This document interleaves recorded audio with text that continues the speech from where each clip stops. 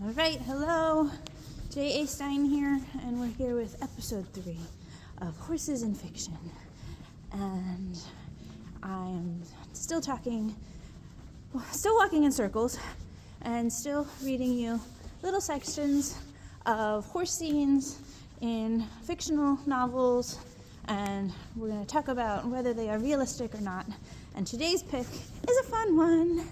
So this is called Godiva, and not the chocolate, but if you've ever heard the legend of Lady Godiva, I don't know if it's actually based in fact or not, but it's basically about this woman who, in order to stop a battle, drapes her long hair around her and, wearing nothing else, goes and rides off across the battlefield and basically stops the battle.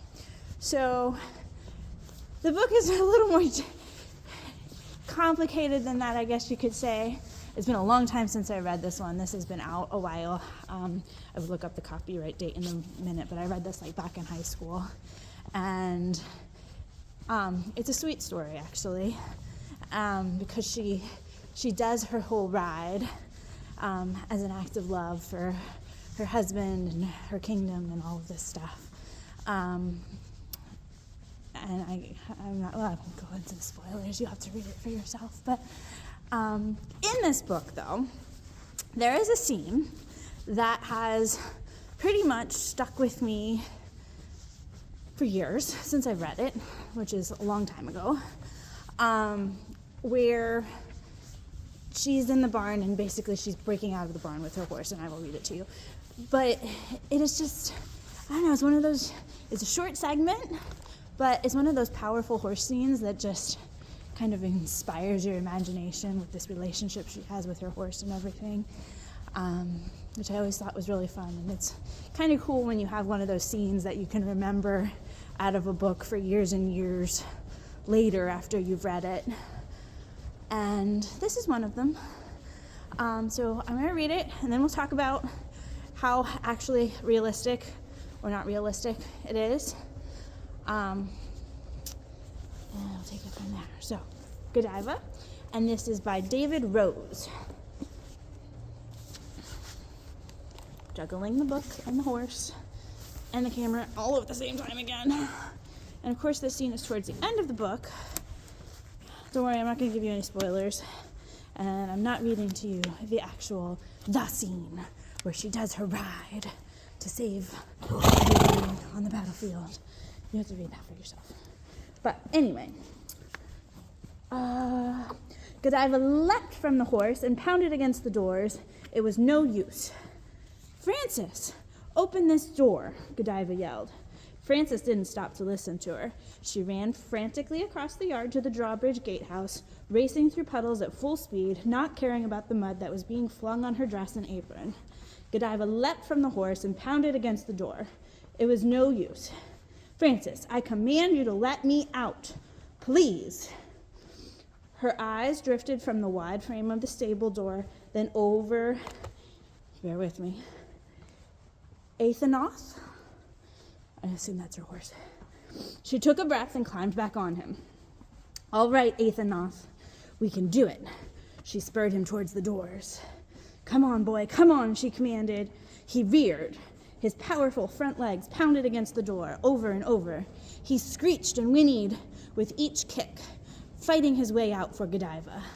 Suddenly, the door swung wide, and they escaped. They bolted out of the stable and across the yard, racing as fast as they could toward the drawbridge. And that's the bulk of the horse scene, so I'll leave you with that. So, a couple things happening here. Basically, she's trapped in this barn, and she has to get out. So she tells her horse to stand on his back legs and paw at the air, well, actually paw at the doors, until he splinters the doors, breaks out, and then they can go run free to where they need to get to. How realistic is this? First of all, I love this scene. Like I said, it's been stuck in my head for years. So I think as far as fiction goes, fiction is fiction. Like, sometimes you just write, whether it's realistic or not, because it just makes good reading. And I think this is one of those things. Now, can you cue a horse to rear up? Yes. Can you cue a horse to strike out with its front legs? Yes. You see this a lot in like the very high performance, like the Lipizans and that kind of stuff. Like they'll do a lot of expositions where they demonstrate these skills, which were refined on the battlefield for that very purpose. They're very dangerous maneuvers. You need a very, very highly trained horse to do them. Please do not play with them just for the fun of it. Because if you teach just a horse to do it and the horse isn't highly trained, you're going to have a crazy horse. But point being, these maneuvers were designed for these kind of situations, whether like you were penned in a corner on a battlefield and you had to break out of a circle of knights with their spears and their swords and everything else, and your only way out was to get your horse to like basically kill the guys around you. That's what these maneuvers were for, and is totally a thing that horses in the wild will do to each other, and it is a thing that a highly trained horse is capable of being taught, especially in a battlefield situation. Now, can a horse have enough power from that kind of maneuver to actually break open doors? I think that's where the fiction takes place. Again, it makes it for a great reading, but I have a hard time picturing how they'd have the leverage to actually pound that door enough to get through. You need a pretty big horse, which I think she does in this book. You have to be a pretty good rider, which she is. But again, I don't know, might be stretching it a little bit, but there's enough element of truth, and especially in regard to the setting, which is pretty much like medieval era, that it makes it just believable enough that maybe it's possible. She's desperate. Her horse loves her. Maybe he could break out, but they certainly do get out and they run and they go off to where they need to go in order to save everyone on the battlefield with the rest of the Godiva legend. Are you coming, Belle? You're slow today. But anyway, so that was Godiva. Little excerpt. David Rose. Some fun horse scenes in this book.